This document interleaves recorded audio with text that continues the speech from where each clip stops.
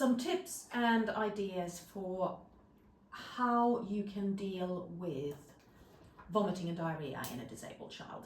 It's 4 in the morning. We don't need this screaming at 4 in the morning.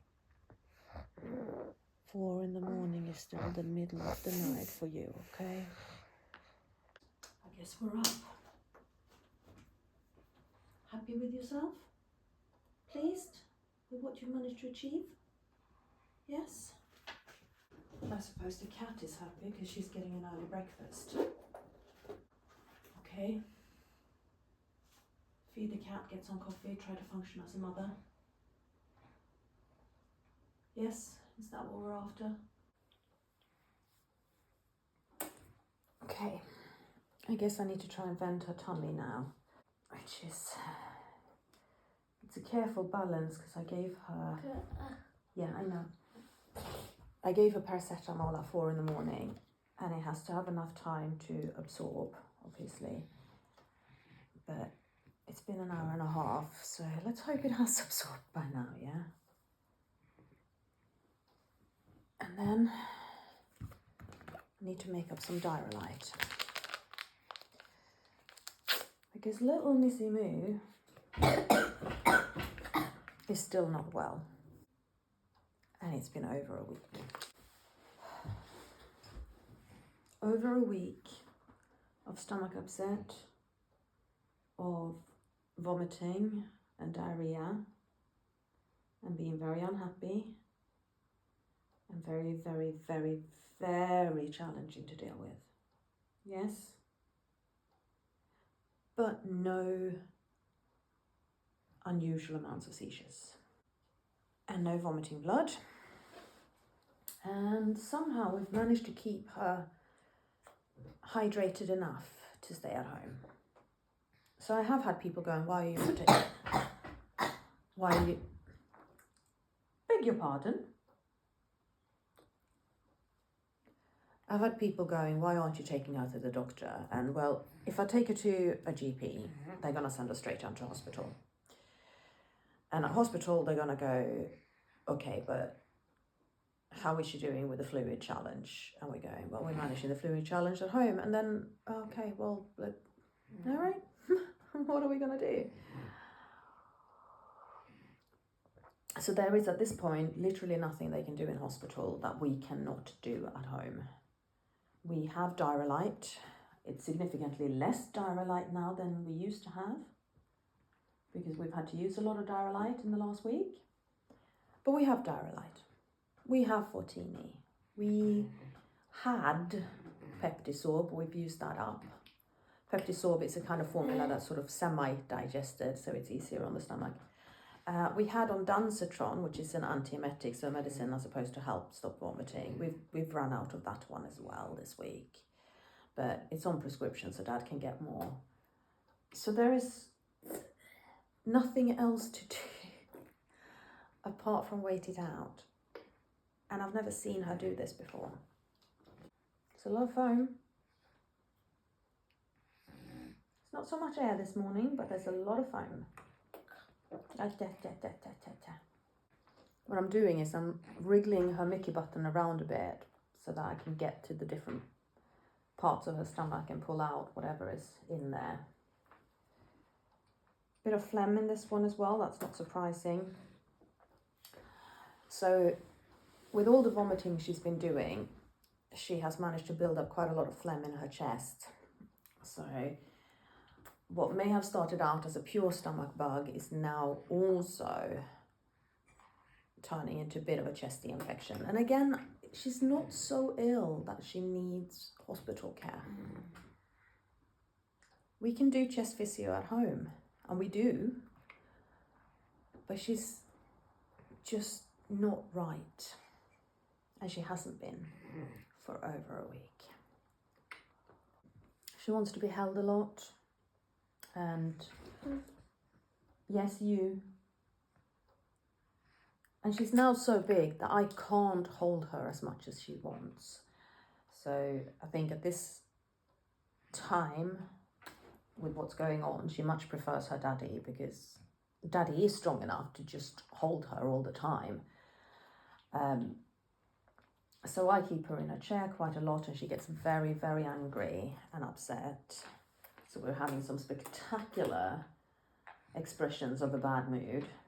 And in between we're having giggles and her being really alert and with it and responding to whatever we're doing to try and keep her happy and occupied.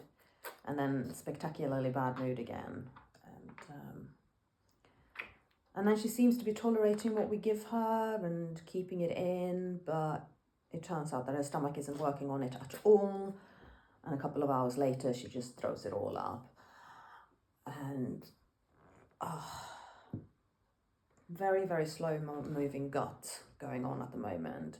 But then at the same time, you know, she's not constipated. What comes out is let's not describe it in detail. But it feels like it's sitting in her stomach for a long time, and then sort of the easiest way to get rid of it is to bring it up this way. Lots of this chewing, a lot of coughing, and the coughing is then bringing up a lot of phlegm. This is rough. It's rough on you, Elin. Yes, it is, isn't it? And she has 2 loose teeth on top of it, just to add insult to injury, right? 2 teeth that are hurting her. And we can't get hold of scopoderm, the little patch she has behind her ear, which is supposed to help control her saliva excretions. So we do give Silenar 3 times a day, but it's still clearly not enough. Because there's a lot of dribbling going on, and that's difficult to handle as well, obviously. So yeah, she's going through it. She is properly going through it at the moment, and it's not even 6 o'clock in the morning yet. Yes. Okay, seems like this is all I can get out. So I've got 10 mils of air, 20 mils of foam, 30 mils of liquid. And I'm going to push about 20 mils of that liquid back in. And I don't want any of the foam, I don't want any of the phlegm. And the reason I put some back is because that's the stomach acid, that's what she needs to actually work with whatever we put into her belly. And I am going to start giving her breakfast and medicines. So she needs something to work with. She just doesn't need a gutful of stomach acid and phlegm and foam. So I'm going to be doing a 50-50 Fortini and dioralyte blend. Because the most important thing obviously is to keep her hydrated, but I do think she needs some calories and protein and nourishments.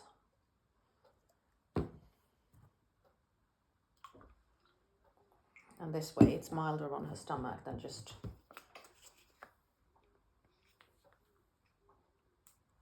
Fortini straight up. There.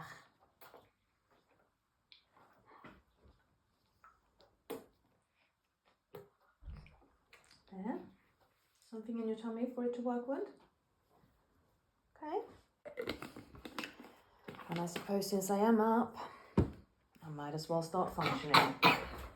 So I'm going to wheel Elin into the kitchen. I'm going to put on some music to entertain her. And then I'm going to tackle the washing up. Because that's the kind of rock and roll mother I am. I'm up at 6 in the morning with, oh well, for lack of a better phrase, a sick child, an unwell child, and I'm washing up. I've got a lot of laundry to deal with later on as well, haven't I, Elin? But I have a feeling I'm going to get more before I drop you off at Daddy's today. We've had a major sense of humour failure because I left her sitting in her chair in order to do the washing up. And this apparently is a sin punishable by death of eardrums.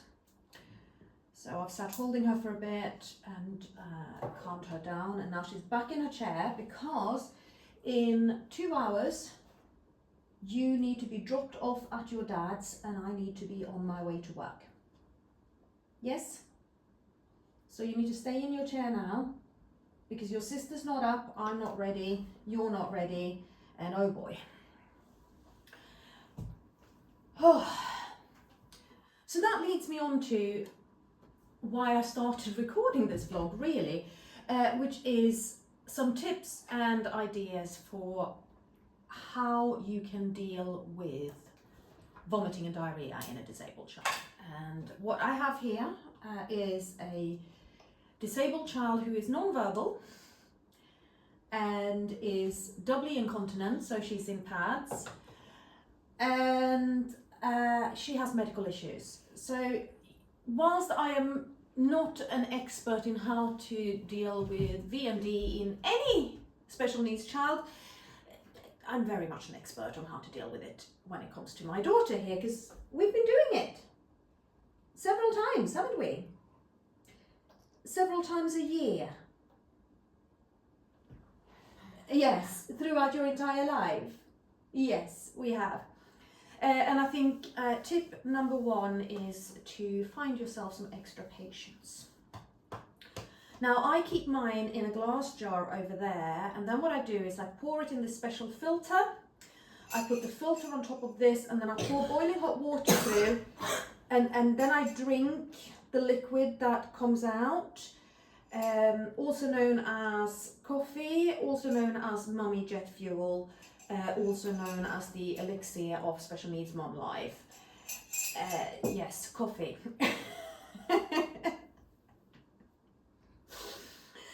And, you know, very much manage my expectations about the amount of sleep I'm going to have. Yes, up at 4 this morning, weren't we? We were indeed. It's great, I love this.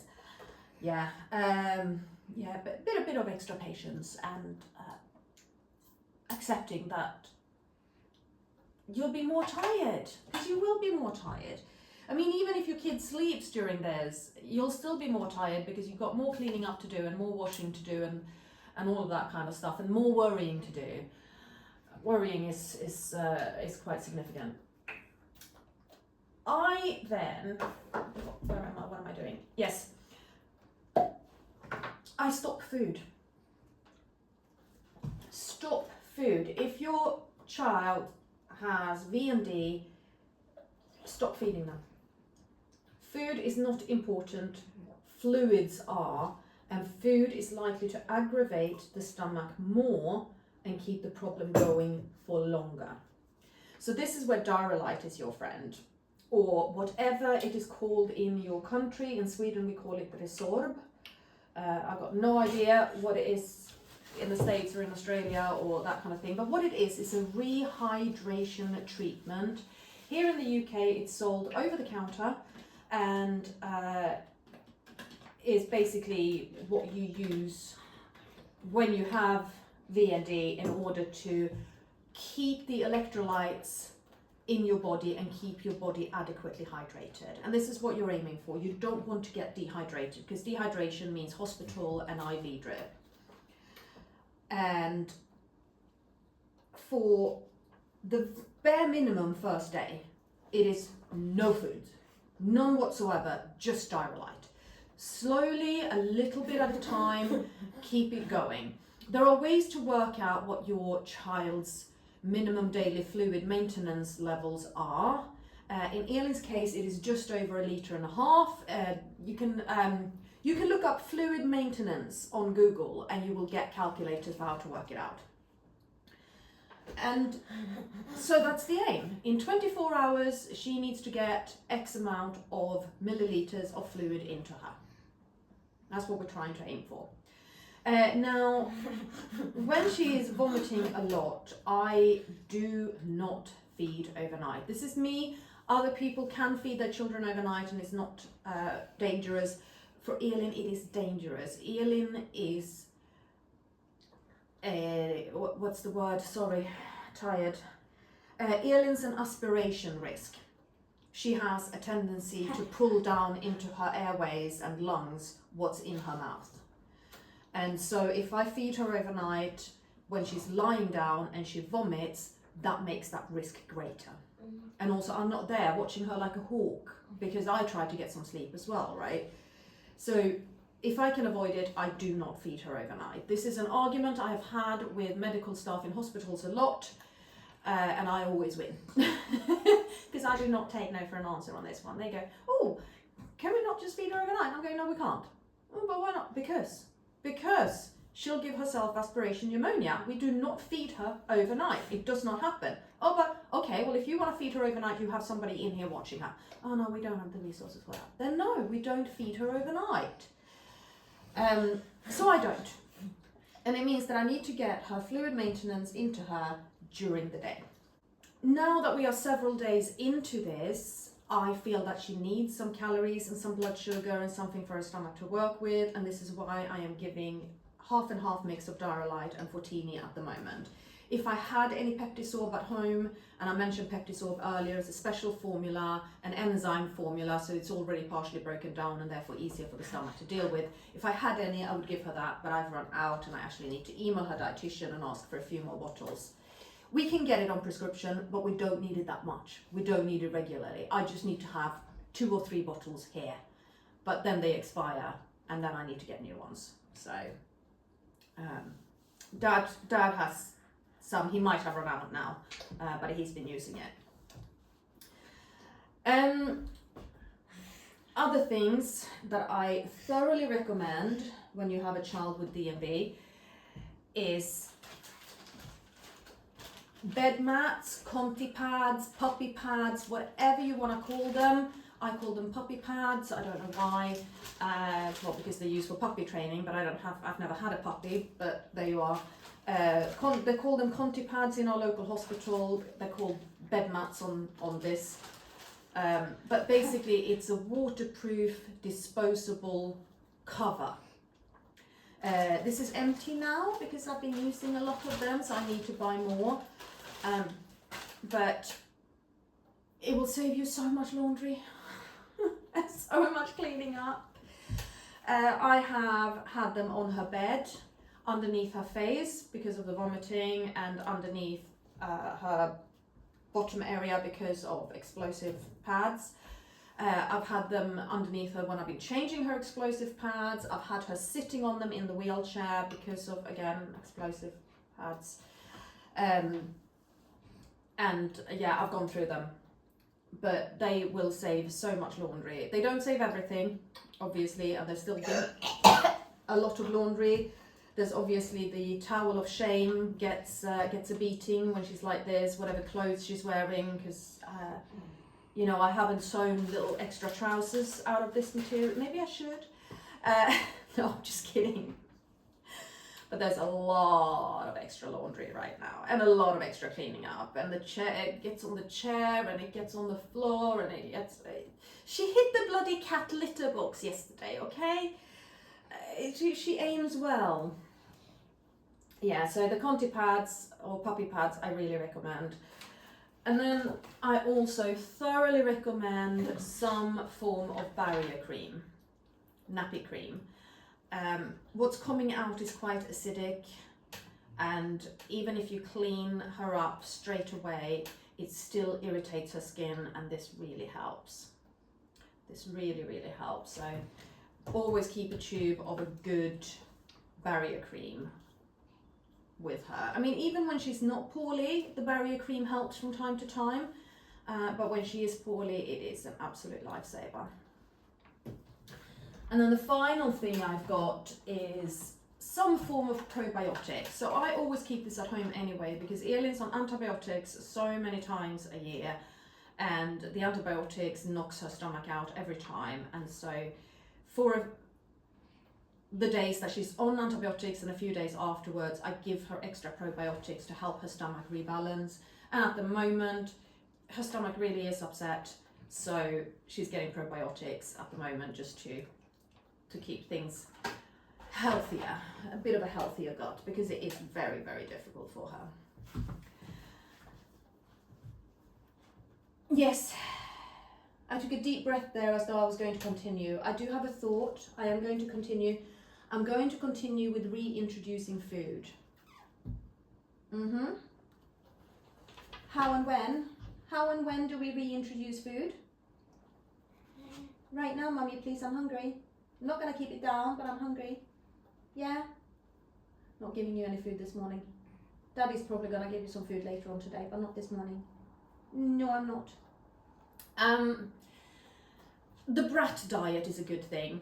So bananas, rice, apples, and toast. You know, the brat diet, the thing that, you know, we've known for many, many, many years. After a bout of DMV, that's where you want to start. You want to start with things that are really, really mild on the stomach. Elin's on a blended diet, and that makes it from time to time maybe a little bit more difficult. Like blending toast, you need a lot of liquid to go with that, but rice, you can absolutely blend rice with the right liquids.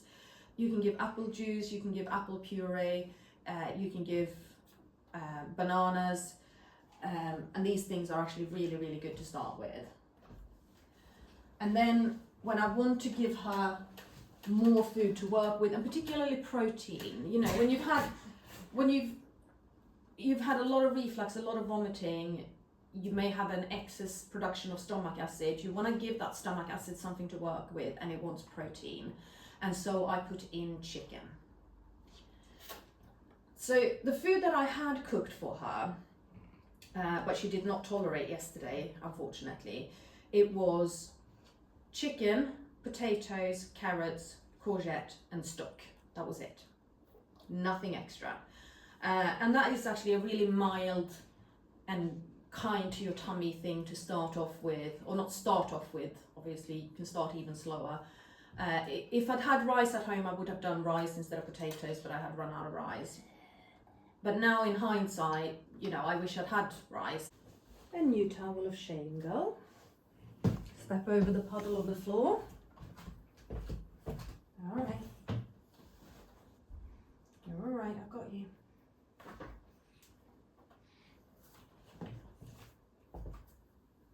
Poor girl.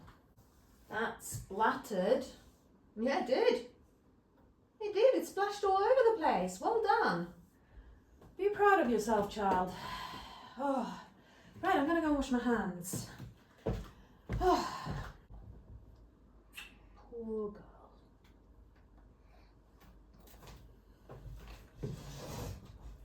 This must feel so horrible for her. Like, I cannot imagine how painful this is and frustrating. And then she can't even tell me what's coming or what's happening or how she's feeling or what she wants. So when I get really frustrated, that's what I remind myself of, that for all that this is difficult for me as her mom, it is even harder for her. Yeah. Yeah, it is. It is. I do feel sorry for you, girl.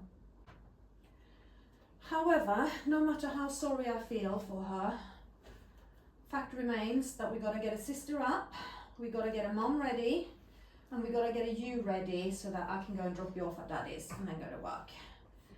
And oh boy, am I looking forward to going to work right now. Oh, so I hope you found this helpful, and I'm giving you some ideas of things you can do, and maybe a little bit of reassurance that you're not going to kill your child if you don't feed them for a day or 2 or 3. It's okay. At times it's actually better, and that really what you're looking at is keeping the hydration levels up. If she starts giving me signs of being dehydrated, then I will take her into hospital, or dad will. We have a number of ways of checking that. The pads are a good gauge. Is she weeing? If she's weeing and it's a good colour, then she's not dehydrated. If it gets very dark, very smelly, then that is an issue. I will also do capillary refill checks, and that she has a good capillary refill at the moment, and so I don't need to worry about that either. But yeah, if I get a slow capillary refill, then I will call hospital and say, hey listen, she's a bit dry, can I bring her in, can you have a look at her? And they will do. And once again, Elin has a porta cath, so she has direct access into a vein, so we don't have to cannulate her anymore. We can get IV access straight away, and it's been an absolute godsend. Yes, it has been, hasn't it? But can we just avoid hospital, Elin? We don't need it. You don't need it, you can recover. If we can just get that little stomach working in the right direction again, that'd be fantastic. All right? Pretty please? And say, yes, Mummy, I will recover. I'll do okay. Yeah? Thank you, sweetie. And thank you. We'll see you again very soon. Bye.